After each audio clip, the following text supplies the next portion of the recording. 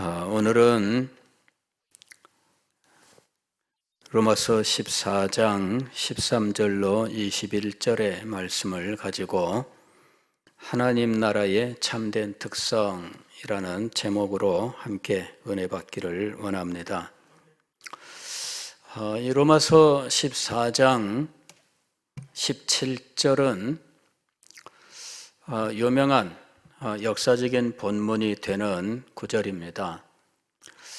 존경하는 로이드 존스 목사님이 1955년 10월 7일 날 이 로마서 강해를 최초로 시작했는데 그로부터 12년 5개월째에 372회의 강해로서 이 로마서 강해를 마치게 되었는데 로마서 전부를 마친 것이 아니라 로마서 14장 17절에서 마치게 됐습니다.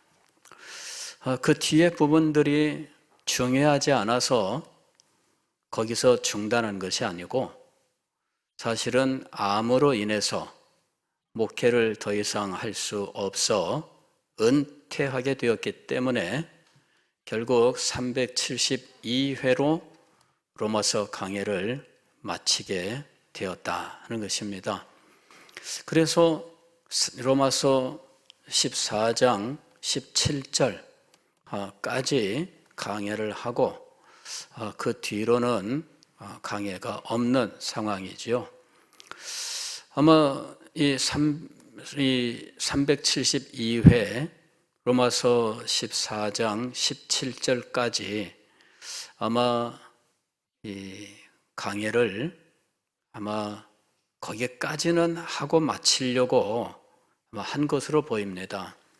왜냐하면은 18절 이후 16장 마지막까지는 사실은 그렇게 세세하게 다룰 만한 내용이 있지 않고 이미 14장에서 다루었던 내용들이 이제 다시 한번 이제 반복된다 하는 정도의 의미를 가지고 있습니다. 그래서 17절까지로 일단 로마서 전체의 강해를 총정리하는 것으로 아마 하지 않았을까? 이것은 이제 저의 짐작입니다. 로마서 강해를 읽고 또 로마서 성경을 읽고 하면서 여기까지로 일단은 총정리하는 이런 의미로서 말씀을 했다 이렇게 생각을 합니다. 그러면서 마음이 좀 뭐랄까요? 좀 심상치 않은 뭔가 좀 아픈 이제 이런 느낌이 좀 있어요. 왜냐하면은 이분이 자기의 그 사역을 이제 그 정상적으로 뭐 은퇴한 것이 아니라 이제 질병으로 인해서 이제 조기 은퇴를 하게 된 겁니다. 그렇다고 해도 연세가 뭐 이렇게 낮은 건 아닙니다. 이제 68세. 이제 우리 나이로 치면은 70세에 은퇴를 한 거니까 뭐 그렇게 뭐 빨리 은퇴한 거는 아닙니다. 예. 그리고 그 후에도 은퇴 이후에 요양을 하고 회복하고 난 이후에는 또 전국을 다니면서 말씀을 전하고 하는 사역을 부지런히 감당했습니다. 그러니까 뭐 은퇴했기 때문에 뭐 서운하다기보다는 이제 그 후에 좀 더 자유롭게 이제 사역할 수 있는 길이 열려서 그것도 또한 감사한 일입니다만은 다만 이 로마서 강해를 두고 볼 때에는 이 16장 마지막까지 다 진행하지 못했던 이런 아쉬움이 있고 그것이 질병으로 말미암아 목회를 정리함으로 그렇게 되었다라고 하는 것이 안타깝다는 생각입니다. 그러면서 이제 그런 마지막 순간의 자리에 또 제가 오늘 오늘 말 끝난다는 얘기가 아닙니다. 그 본문을 접하게 되니까 이제 또 새로운 마음이 이제 들어서 이제 이 말씀을 드리는 겁니다. 저희 사도는 그리스도인의 삶에 대하여 교훈하면서 그리스도인의 삶을 개인의 덕목을 개발하고 개인의 덕목을 향상시키는 것으로 제시하지 않고 있다라고 하는 것을 우리가 가장 먼저 기억을 해야 됩니다. 그리스도인의 삶은 개인의 덕목, 이것을 향상시키는 것을 1차적인 목적으로 하고 있지 않습니다. 물론 우리 개인의 덕목이 향상되어야 합니다. 개인의 덕목이 발전해야 됩니다. 그러나 개인의 덕목이라고 하는 것은 개인만의 문제, 개인만의 어떤 노력으로 되는 것이 아니다라고 하는 사실을 알아야 돼요. 즉 우리가 개인의 덕목이라고 부르는 것이 실상은 개인의 문제가 아니라 공동체 안에서 다른 지체들과의 관계 속에서 이 덕목들이 개발되고 발전한다 하는 것입니다. 즉 공동체 지체들이 없는 상황에서 순전히 내가 도덕적으로 완전한 자가 되기 위하여 도덕적인 노력을 기울이는 그것이 개인의 발전이냐? 그렇지 않다는 거예요. 우리들이 그리스도인의 삶을 이야기할 때 성화를 이야기합니다. 그럴 때 우리의 성화는 주로 우리는 어떻게 생각하느냐 하면은 우리의 신앙 인격을 키우는 것으로 생각을 합니다. 그리고 우리의 신앙 인격은 어떤 경건, 훈련과 밀접한 관련을 맺는 거죠.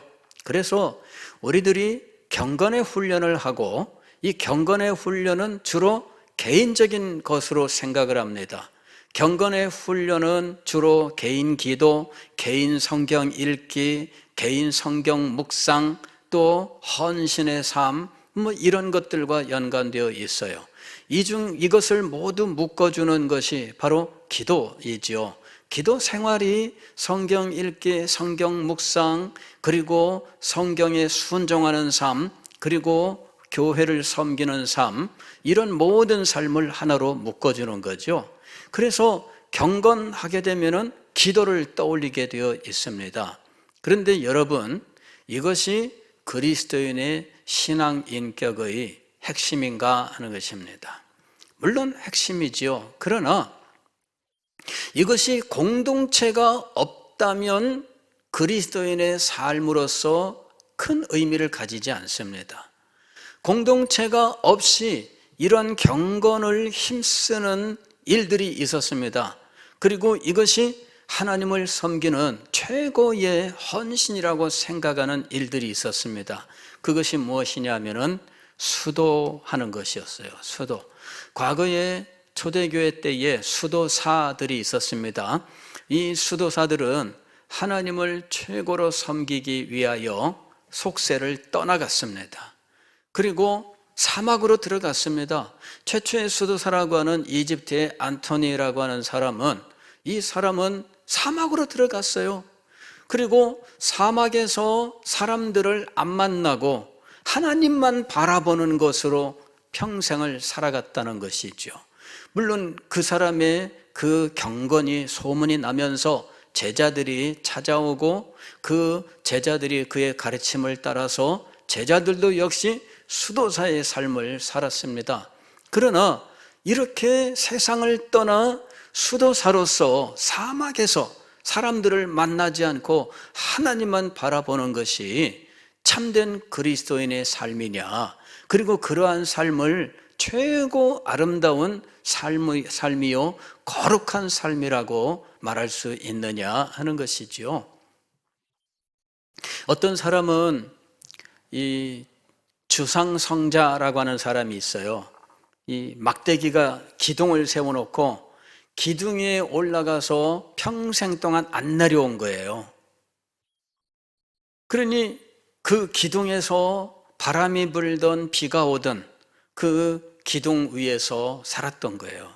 기둥 위에서 식사하고 기둥 위에서 모든 걸 해결했습니다.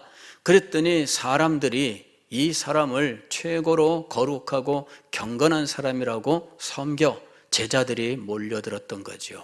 그리고 이 사람이 기둥 위에서 평생 살 수 있도록 섬겼는데 그러한 섬김이 또 하나님을 섬기는 헌신이 되는, 그래서 그게 정말 참된 그리스도인의 삶이며 그것이 친정 하나님께서 기뻐하시는 성도의 삶이냐 하는 것이죠. 이러한 전통이 사람들에게 그대로 전수가 됩니다.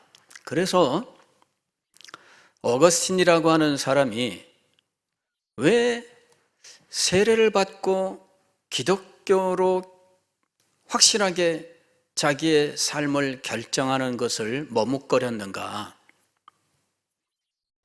최고의 헌신 아니면 안 된다고 생각을 했고, 자기가 최고의 헌신을 하기 위해서는 수도사의 삶을 살아야 된다고 생각을 한 겁니다.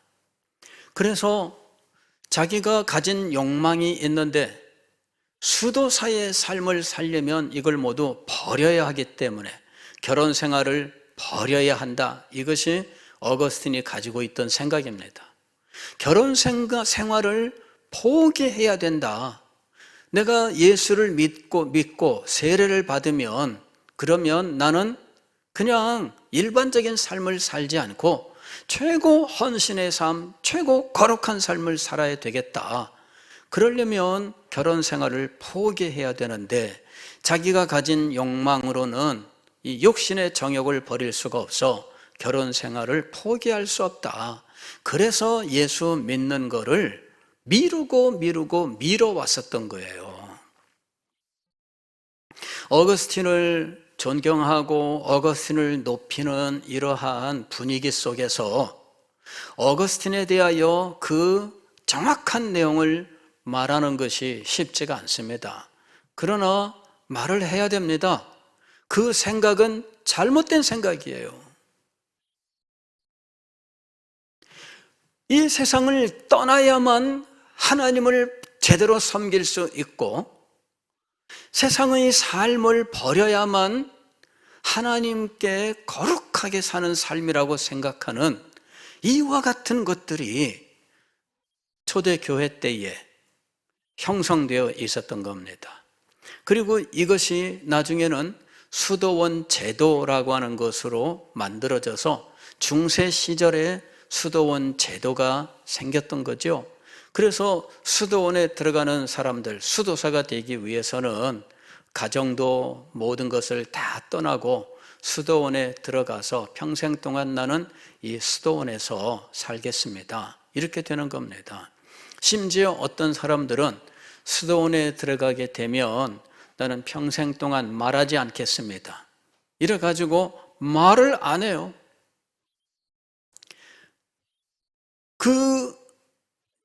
이 침묵수행이죠. 침묵수행. 이 침묵수행을 현대에 수행한 사람이 있습니다. 미국의 유명한 작가인데 이 사람이 이 머튼이라고 하는 사람이에요.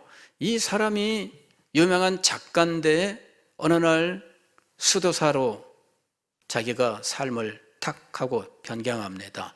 그리고 수도원에 들어가서 침묵수행을 하기로 결정을 해요.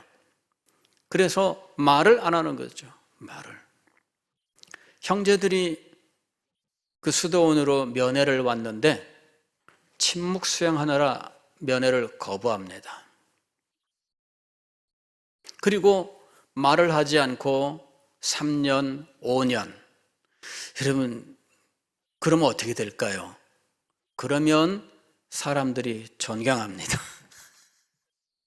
역시 엄청난 사람이야. 근데 하나님께서도 기뻐하실까요?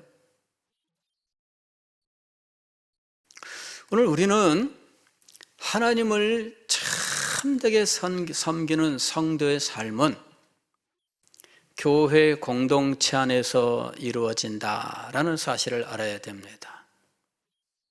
교회를 떠나고 사람을 떠나고, 여기 교회 공동체란 성도의 교제를 말하는 거예요. 성도의 교제가 없이 그리스도인의 삶이 이루어질 수 없고, 성도의 교제 안에서 다듬어짐이 없이 신앙 인격의 성장이 일어나는 것이 아닙니다. 그래서 사도는 로마서 12장에서 복음에 근거한 그리스도인의 삶을 이야기하면서 그리스도의 삶을 철저하게 공동체의 삶으로 가르치고 있는 겁니다. 공동체 안에서 일어나는 각양의 문제들을 우리가 어떻게 믿음으로 해결할 수 있는가, 그것이 바로 그리스도인의 삶이다라고 말씀하고 있는 겁니다. 우리가 그리스도 안에서 한 몸이 되었습니다. 그러므로 우리는 서로 사랑해야 됩니다. 서로 주께 받은 은사로 섬기면서 서로를 섬기는 사람들이 되어야 합니다. 이 서로를 섬기는 일에 있어서는 강한 사람도 섬겨지만 약한 사람도 섬기는 사람입니다. 약한 사람이라고 해서 일방적으로 섬김만 받는 것이 아닙니다. 이 사람도 그의 존재로서 우리들에게 섬김이 일어날 수 있다라고 하는 것입니다. 그래서 약한 사람도 섬김으로써 공동체를 이루게 되는 거예요. 그리고 우리는 우리를 핍박하는 사람들을 위해서 기도하고 복을 비는 사람들이 되어야 합니다. 세상 나라에 대하여는 이 주관자들에게 순종해야 됩니다. 우리가 세금을 내야 된다면 정당하게 세금을 내면서 이 국가라고 하는 이 공동체를 우리는 이루어 가야 됩니다. 그리고 우리는 사랑의 빛 이외에는 지지 않도록 사랑으로 하나가 되어야 합니다. 사랑으로 하나가 되기 위하여 우리가 실천해야 되는 가장 중요한 실천 덕목이 무엇인가? 이게 지금 14장에서 말씀하는 거예요. 사랑으로 하나 되기 위하여 우리가 실천해야 되는 실천 덕목은 비판하지 말라 하는 것입니다. 14장 1절에서 믿음이 연약한 자를 너희가 받되 그의 의견을 비판하지 말라. 또 13절 오늘 우리가 읽은 말씀, 그런즉 우리가 다시는 서로 비판하지 말고 도리어 부딪힐 것이나 거칠 것을 형제 앞에 두지 아니하도록 주의하라. 여기 비판하지 말라라는 이 말을 오늘 우리들이 이해하기 쉬운 말로 설명을 하면 이것입니다. 지적하지 말라. 왜 그렇게 하는 거야? 왜 그렇게 하는 거야? 이게 지적입니다. 여러분, 공동체에서 지적하는 것만큼 이게 공동체를 깨뜨리는 일이 없어요. 여러분, 가만히 한번 생각을 해보세요. 회장이 일을 하는데 회원이 자꾸 지적만 해요. 정말 힘들죠. 회장하면서 지적당해 본 사람은 압니다. 왜 그렇게 했느냐, 왜 그렇게 했느냐, 이렇게 지적당하면은 참 힘들어요. 그래서 저는 제가 얘기했는데 잘 안 되는 것 같아요. 회장에게 사실은 그 회를 일정 기간, 지금 우리가 1년 혹은 연임하면 2년 이런 식으로 하고 있는데, 그 회의 근간을 깨뜨리지 않는 선에서 회장이 임원들과 상의하여 일을 진행했으면 회원들은 그거를 일일이 지적할 필요가 없습니다. 그거를 제가 말씀을 드렸어요. 왜냐하면은 꼭 원래만 하면은 지적하는 일 때문에 시끌시끌하는 일들이 있기 때문에 그거를 제가 여러 동안을 보다가 말씀을 드렸는데 잘 안 되는 것 같아요. 잘 안 되는 것 같아요. 법을 어기는 일이 아니면 그거를 가지고 지적하고 그렇게 할 필요가 없어요. 그냥 회장을 세우고 임원들을 세웠으면 불법이 아니면 그냥 하게 하는 겁니다. 그리고 그거를 다 잘했다고 박수를 쳐줘야 돼요. 그래야지 누구라도 안심하고 회장을 하고 임원도 할 수 있는 것이지, 가만히 보면은 그런 지적을 당할까봐 하고 싶어 하지 않는 거예요. 피하는 거예요. 아, 이런 거 싫다. 지적 때문에 그러는 겁니다. 지적이 뭐예요? 비판입니다. 비판. 잘했다고 말하는 건 지적이 아니에요. 그러잖아요. 일을 할 때, 무슨 일은 참 잘했습니다. 우리 박수로 격려합시다. 박수 쳐주면 힘이 나서 더 열심히 할 거 아니에요.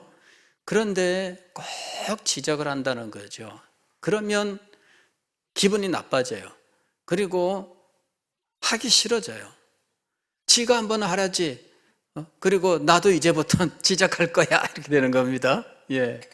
나도 한번 지적해보자. 너도 이제 회장 한번 해봐라. 그러면 이제 나도 이제 지적할 거다. 이렇게 되는 겁니다. 이게 공동체를 무너뜨리는 거예요. 그리고 지적하는 사람은 늘 지적만 하게 돼 있습니다. 그러면 그 사람의 신앙 인격이 올바로 형성되지 않습니다. 지적하는 사람은 신앙 인격이 올바로 형성되지 않아요. 오늘 14장 13절 이하에서는 바로 그 얘기를 합니다. 한번 보겠습니다. 그런즉 우리가 다시는 서로 비판하지 말고 도리어 부딪힐 것이나 거칠 것을 형제 앞에 두지 아니하도록 주의하라. 비판한 것이 부딪힐 것이나 거칠 것이에요. 그렇게 되면 형제가 걸려 넘어지겠죠. 실족하겠죠. 예, 이 비판이 바로 실족시키는 일입니다. 비록 그것이 그 사람이 믿음이 약해서 발생할 수도 있고 그 사람이 아직 잘 몰라서 그런 일이 일어날 수도 있습니다만은 그럴 때에도 무엇은 옳지 않다? 지적하고 비판하는 것은 옳지 않다. 왜 그러냐 하면은 그 사람의 주인은 하나님이시고 그 사람에게 대하여 하나님께서 계획을 가지고 계시는 겁니다. 그 사람에 대하여 어떻게 그를 믿음의 길로 성숙시킬지는 하나님께서 계획을 가지고 인도하시는 거예요. 그래서 그 사람에 대하여 비판하고 지적하기보다는 그를 위하여 기도하고 격려하는 것이 우리들이 해야 할 일입니다. 그런데 자꾸만 지적하면 거칠 것을 그 앞에 두고 걸려 넘어질 것을 그 앞에 두어서 그 사람이 결국은 실족하게 만든다는 거예요. 14절 내가 주 예수 안에서 알고 확신하노니 무엇이든지 스스로 속된 것이 없으되 다만 속되게 여기는 그 사람에게는 속되니라. 이것은 앞에서 이야기했었던 음식의 문제에 대한 이야기입니다. 어떤 사람은 채소만 먹고 싶어하는 채식주의자일 수도 있고 어떤 사람은 구약시대의 정결 규정을 따라서 먹지 않은 음식들은 안 먹는다 이렇게 말할 수 있고 혹은 정결 규정이 아니더라도 각자 식성에 따라서 어떤 거는 먹기 싫어서 안 먹을 수 있어요. 그렇잖아요? 부모님들이, 엄마들이 많이 신경 쓰는 거죠. 아이들 키울 때 아이들이 안 먹는 것이 있을 때 어떻게 하십니까? 아이들이 안 먹는 것 중에 콩 안 먹는 거, 콩이 참 많은 것 같아요. 콩밥 하면은 콩 싫어합니다. 예. 그 다음에 또 잘 안 먹는 것 중에 하나는 버섯. 버섯을 또 안 먹어요. 예. 어른들은 콩 이거 영양가 좋은데, 어른들은 영양가 좋으면은 먹습니다. 예.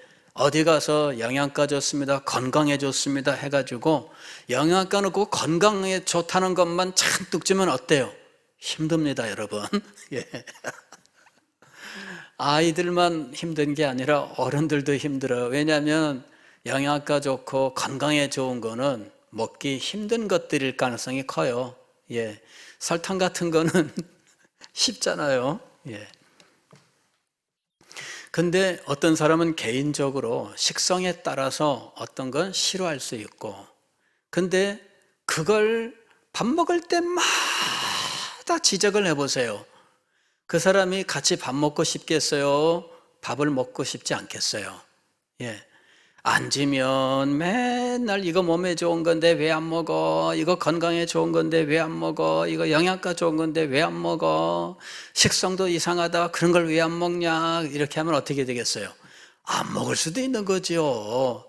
근데 이걸 중요하게 여기는 분들이 있어요. 여자분들 중에는 이걸 중요하게 여겨요. 그래가지고 아니 교회에서 콩 먹냐 안 먹냐가 뭐 그렇게 중요해요. 근데 그냥 막 식사 자리에서는 막 맨날 그 얘기만 하는 거예요. 식사 자리에서도 중요한 건 뭐예요? 복음입니다. 근데 식사 자리가 힘들게 만드는 것, 이게 문제입니다. 이게 문제입니다. 지금 내가 주 예수 안에서 알고 확신하노니 무엇이든지 스스로 속된 것이 없으되, 어떤 사람은 막 이 문제를 가지고 그렇게 중요하게 여깁니다. 그러나 중요한 것이 아니다, 그 얘기입니다. 뭘 먹느냐가 중요한 게 아니에요. 그것이 거룩한 것을 따지는 그런 정도의 문제가 아닙니다. 어떤 사람은 보신탕을 안 먹습니다. 근데 요새는 이 반려견 문화가 워낙 발달을 해서 스스로 안 먹겠다는 사람들 많고 점점 이렇게 사양길이 되어 있습니다만은, 예전에는 안 먹는 사람 굉장히 많이 핍박받았습니다. 예. 왜 안 먹냐, 왜 안 먹냐, 이게 고기가 얼마나 좋은 건데, 개고기는 이게 수술 후에 환자 회복에 좋은 거고, 이게 사람에게 가장 가까운 고기라서 이걸 먹어야 쉽게 회복이 되고, 저도 개고기에 대한 온갖 종류의 좋은 평을 제가 많이 기억하고 있습니다. 그런데 그것 때문에 다 같이 보신탕 먹으러 가자 그러는데 이 한 사람이 맨날 핍박을 당하는 거예요. 그것도 역시 옳지 않다, 그렇죠? 안 먹을 수 있는 겁니다. 안 먹을 수 있는 거예요. 예. 저는 이제 사실은 또 안 먹어 하면서 또 분위기를 또 깨는 것도 또 그것도 좀 어떤 경우는 좀 문제입니다. 예. 그래서 그냥 먹으러 가자 하고 할 때는 가지만, 그렇다고 해서 일부러 찾아가서 그러진 않습니다만은, 어쨌든 이런 문제들이 사실은 누군가를 힘들게 하고 고통스럽게 하는 일이 되어서는 안 되는 거예요. 이것이 그렇게 중요한 문제인가? 심지어 이것이 구약 성경의 정결 규정이라 할지라도 그렇게 중요한 것인가? 그렇지 않다, 그 얘기입니다. 여기 보면은 스스로 속된 것이라고 말했는데, 스스로 속된 것이란 무슨 의미냐면 그 자체로 부정한 것이란 말입니다. 그 자체로 부정한 것, 즉 음식이 있는데 이거는 그 자체로 부정하고 이거는 그 자체로 거룩한가 하는 것입니다. 가령 구약 성경에 음식 규정이 있는데, 가령 굽이 없는 짐승은 먹지 말라, 굽이 있고 갈라진 거는 먹지 말라. 굽이 있고 갈라진 거는 돼지입니다. 그거는 이 굽이라고 하는 거는 발톱이 발바닥에 있는 걸 말하는 거예요. 발톱이 발바닥, 그게 굽입니다. 그러니까 이 소 같은 경우는 이게 발톱이 발바닥에 있어요. 그래서 발바닥에서 손톱이 자라는 겁니다. 사람의 경우는 손톱이 어떻게 자라요? 요 손가락 위에서 자라고 있잖아요. 근데 굽이라고 부르는 이 것은 발바닥에 이 손톱, 발톱이 자라는 거예요. 그래서 이것이 이렇게 자라납니다. 그래서 이게 너무 자라게 되면은 휘어지면서 소나 말이나 당나귀나 이런 이 짐승들은 요 발톱을 깎아줘야 돼요. 예, 발톱을 깎아주는데 이게 이제 굽을 관리하는 겁니다. 안 그러면 얘들이 이렇게 되고 관절이 휘고 걷지를 못합니다. 예, 그래서 고통스럽죠. 근데 이 굽이 있는 짐승을 먹어라. 그런데 조건이 있는데 되새김질을 하는 걸 먹어라 이렇게 돼 있거든요. 근데 소 같은 겁니다. 양 이런 것들. 소, 양 이런 건데 돼지는 어때요? 돼지는 되새김질을 안 합니다. 잡식성이고 그냥 위가 하나예요. 되새김질을 하는 짐승들은 위가 몇 개씩 됩니다. 소는 4개의 위가 있습니다. 그래서 이것을 먹어라 그렇게 되어 있는 겁니다. 그 돼지는 안 먹어요. 그리고 오늘날 이 돼지고기를 안 먹는 이 구약 성경의 규정이 무슬림들에게 그대로 지켜지고 있는 상황입니다. 예. 근데 돼지가 근본적으로 부정하고 속된 것인가? 소는 거룩한가? 하는 것이죠. 여기 스스로 속된 것이란 말이 그겁니다. 그 자체로 돼지 자체가 속된 것이고 부정한 것이고 소는 그 자체로 정결하고 거룩한 것인가? 그렇지 않다 이렇게 얘기하고 있는 겁니다. 예, 그렇지 않다. 다만 속되게 여기는 그 사람에게는 속되니라.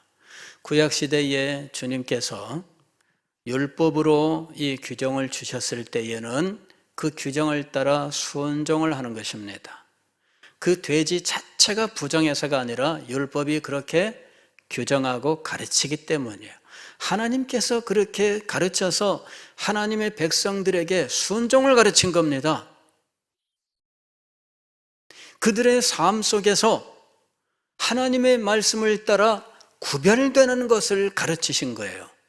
즉 거룩함이란 어디에 달려 있느냐 하면 하나님의 말씀을 순종함에 달려 있는 것이었습니다. 그들이 음식을 먹기도 하고 안 먹기도 하는데 이것은 하나님의 말씀에 순종하여 행하는 것입니다. 그 고기 자체가 거룩하거나 속되기 때문이 아닙니다. 그런데 우리는 이제 그리스도의 십자가 이후에 새 언약으로 살아가는 사람들입니다. 새 언약 하에서는 이렇게 음식으로서 구별되는 거룩함이라고 하는 이 율법을 우리에게 더 이상 주지 않으셨던 거예요. 그래서 우리가 구약시대에 모세 율법하에서 음식에 대한 하나님의 말씀에 순종함으로 거룩함을 나타내는 이 삶을 이제는 더 이상 음식으로 거룩함을 나타내는 구별된 삶을 증명하는 이 규정이 더 이상 주어져 있지 않기 때문에 우리는 그 정결 규정대로 행하지 않습니다. 여러분, 정결 규정에 따르면 여러분이 좋아하는 킹크랩, 대게, 꽃게 이거 못 먹습니다. 고등어 해당될까요? 고등어 거기도 뭐 비늘이 있기는 조금 없나요? 내가 직접 안 벗겨봐서 모르겠네. 고등어는 껍질 안 벗기고 그냥 썰어주더라고. 회 같은 거 보면은. 그러니까 여러분 보세요. 그런 건 못 먹습니다. 근데 우리 먹으면 여러분 하나님의 말씀을 어기는 거 아닙니까? 우리나라에서 지금도 그걸 지키는 곳이 있습니다. 이 안식교라고 부르는 곳이죠. 거기는 토요일을 안식일로 지키고 음식 규정을 그대로 지킵니다. 그러면서 이 안식교 출신의 그 사람으로 이 음식과 관련된 활동을 했던 분이 있습니다. 이분이 그 구약 성경의 정결 규정에 따르는 음식들, 그래서 정결하다고 하는 음식들이 건강에 도움이 되고 장수하는 음식들이고, 그 다음에 부정하다고 했던 음식들은 건강에 해롭다 이런 식으로 이야기를 했던 적이 있습니다. 근데 그거는 과학적인 것이 아닙니다. 그냥 자기의 개인의 견해일 뿐이에요. 그 자체로 속되고 그 자체로 부정하고 그렇다는 것이 그렇지 않습니다. 하나님께서 음식으로서 그들을 구별하게 하시기를 원하셨기 때문에 계명으로 주셨던 거예요.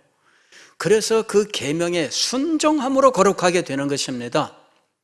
그래서 더 이상 우리에게 이 구약의 모세 율법을 더 이상 우리에게 지키도록 하지 아니하셨던 거예요.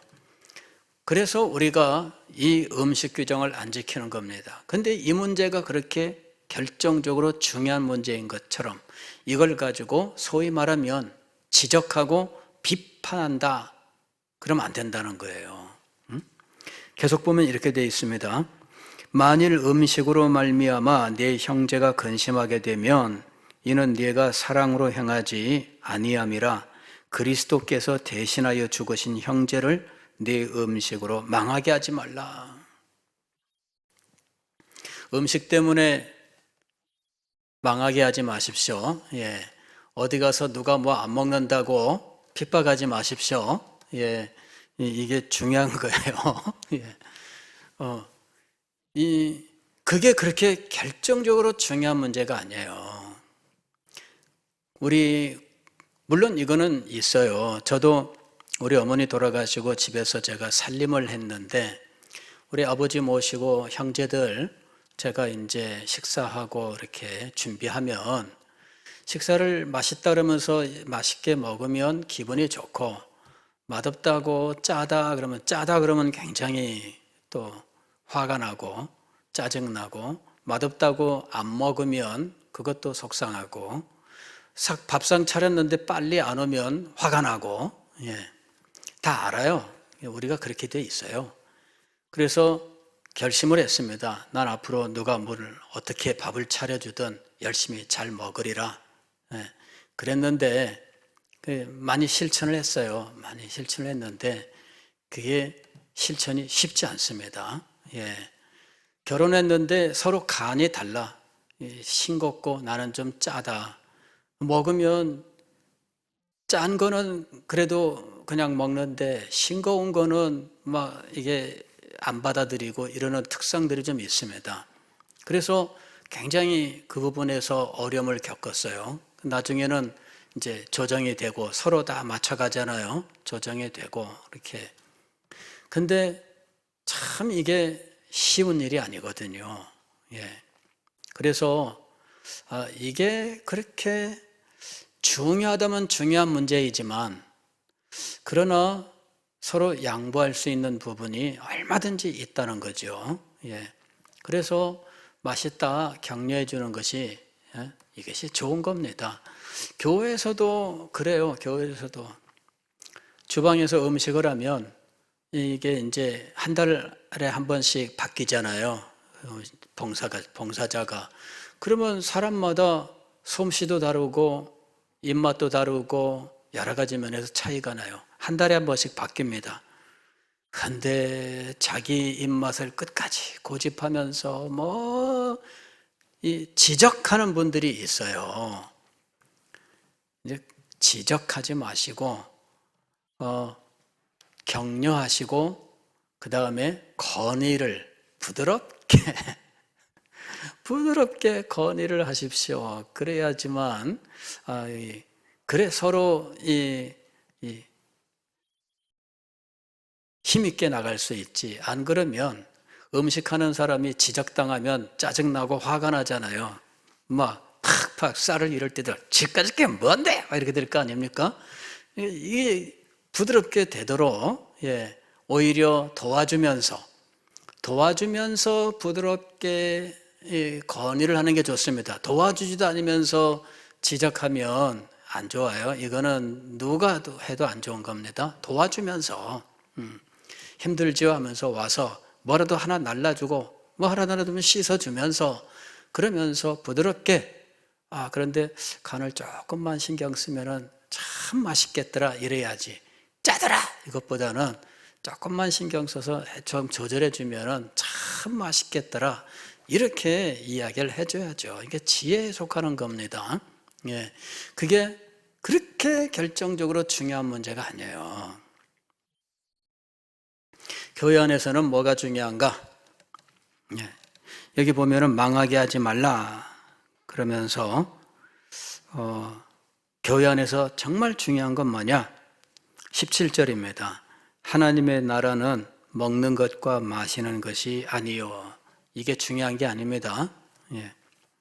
오직 성령 안에 있는 의와 평강과 희락이라. 의와 평강과 희락이 중요하다. 이것은 핵심적인 것이고 이것이 하나님의 나라를 세우는 거예요. 여기 의와 평강과 희락은 사실은 로마서 1장부터 5장까지 있는 사도 바울의 복음의 논증을 말하는 겁니다.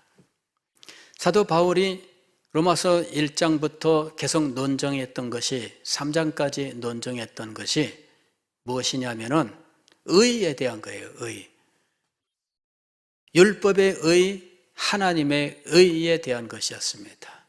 인간이 왜 하나님의 의가 필요한가? 인간이 범죄했기 때문입니다.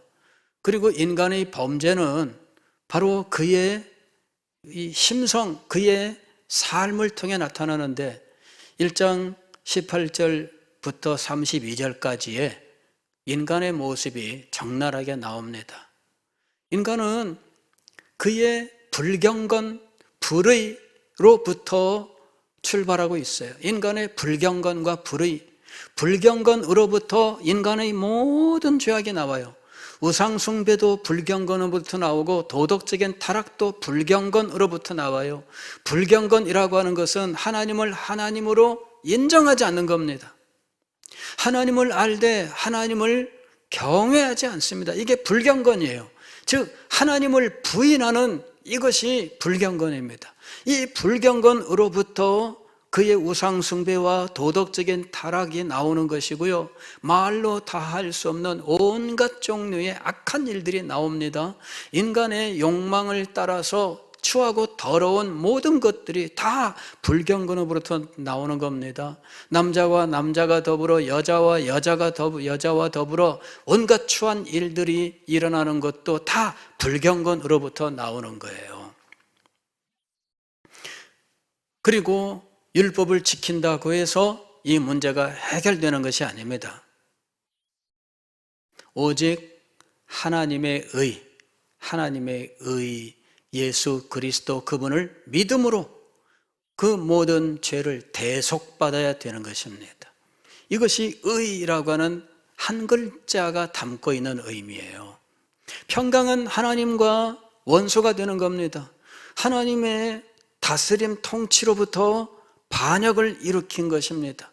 그리하여 하나님과 불화하게 되는 것을 말합니다. 이것이 복음의 의로서 하나가 돼요. 예수 그리스도께서 화목제물이 되시는 겁니다. 그리하여 하나님과 죄인 사이를 화목하게 하시는 거죠. 이게 평강입니다. 이것이 샬롬이에요. 그리고 이 샬롬이 궁극적으로 이루어지는 것입니다. 그리고 평강은 하나님의 의로 평강에 된 자들은 어떻게 되느냐 하면 희락, 참된 기쁨을 누리는 자리에 나가는 겁니다. 하나님과 화평케 되었으니 희락으로, 이것이 5장에 나오는 말씀이에요. 로마서 5장에 나오는 말씀이 바로 이 말씀입니다. 그러므로 우리가 믿음으로 의롭다 하심을 받았으니 우리 주 예수 그리스도로 말미암아 하나님과 화평을 누리자, 이렇게 얘기해요. 또한 그로 말미암아 우리가 믿음으로 서 있는 이 은혜에 들어감을 얻었으며 하나님의 영광을 바라고 즐거워하느니라, 이렇게 얘기합니다. 즉 이 로마서 5장 1절 2절 여기에 바로 다 요약이 되어 있는 거예요. 의와 평강과 희락이 여기에 요약이 되어 있어요. 이게 지금 로마서의 가르침이에요. 이것이 복음입니다. 복음을 세 단어로 이야기한다면 의와 평강과 희락입니다. 그래서 하나님의 나라를 세우는 것은 바로 이거예요. 하나님의 나라를 진정 하나님 나라가 되게 하는 것은 바로 이 복음입니다. 우리에게 있어서 가장 중요한 것은 복음입니다. 교회 안에서 성도의 삶에서 가장 중요한 것은 복음입니다. 성도의 교제는 밥에 달려 있지 아니하고 복음에 달려 있습니다. 우리들이 모여서 식사를 하고 식사 모임에서 우리가 가까워질 수 있지만 밥만 먹었다면 그것은 교회가 아니고 하나님의 나라가 아닙니다. 그곳에 무엇이 있어야 되느냐 하면 의와 평강과 희락, 즉 복음이 있어야 됩니다. 복음의 참된 은혜와 능력이 그 가운데 있어야 되는 것입니다. 그래야 교회가 되고 그래야 하나님의 나라가 되는 것입니다. 그것을 살리는 것이 그리스도인의 삶입니다. 이것을 죽이고 지적질을 하고 비판하면서 복음의 의와 평강과 희락은 뒷전에 가고 이것을 신경 쓸 겨를이 없습니다. 왜? 지적당하면 화가 나지 의와 평강과 희락이 생각이 날까요? 비판하면 여러분 그 비판 속에 의와 평강과 희락이 있나요? 복음의 은혜와 능력이 있나요? 복음의 기쁨이 있나요? 그건 모두 사라져버리고 분쟁과 다툼만 남게 되는 것입니다. 그곳에 무슨 하나님의 나라가 있습니까?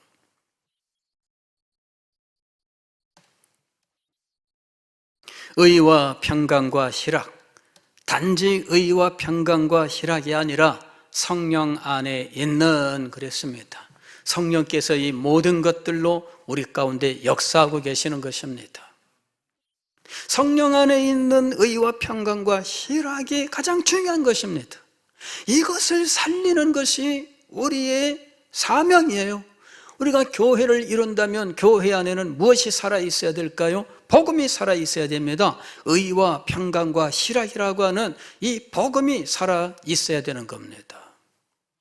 그리고 이것을 살리기 위해서 우리는 때로는 양보하고 때로는 참는 겁니다. 그리고 연약한 자들도 이 성령 안에 있는 의와 평강과 희락의 세계로 들어오도록 우리는 기도하고 격려하고 기다리고 하는 것입니다. 이 모든 일들은 누가 행하시는 일입니까? 성령께서 행하시는 거예요. 이 모든 일들은 누가 작정하신 것일까요? 우리 주 하나님께서 작정하신 것입니다. 이 일을 누가 이루신 겁니까? 예수 그리스도께서 이루신 것입니다. 그래서 성부, 성자, 성령 삼위일체 하나님께서 여러분 한 사람 한 사람을 성령 안에 있는 의와 평강과 희락으로 인도하시고 계신 겁니다.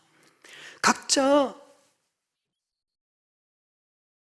빨리 가고 늦게 가고는 있겠지만 이 빨리 가고 늦게 가고도 누가 각자에 대하여 지금 역사하고 계시는 것입니까? 성령께서 역사하고 계시는 거예요. 그래서 우리는 이 성령의 역사를 믿고 성령의 역사가 우리가 섬기는 이 사람들에게 정말 은혜롭게 나타나도록 기도하고 격려하고 참고 기다려야 된다는 것입니다. 그것이 우리의 신앙 인격을 성숙시켜 나가는 거예요. 그런 과정에 우리들이 성화되어 가는 것입니다. 기다림과 기도 없이 우리가 성화될까요? 안 그렇습니다. 무슨 성화는 무엇일까요? 성화는 사실은 기도와 기다림이 많은 부분을 차지해요.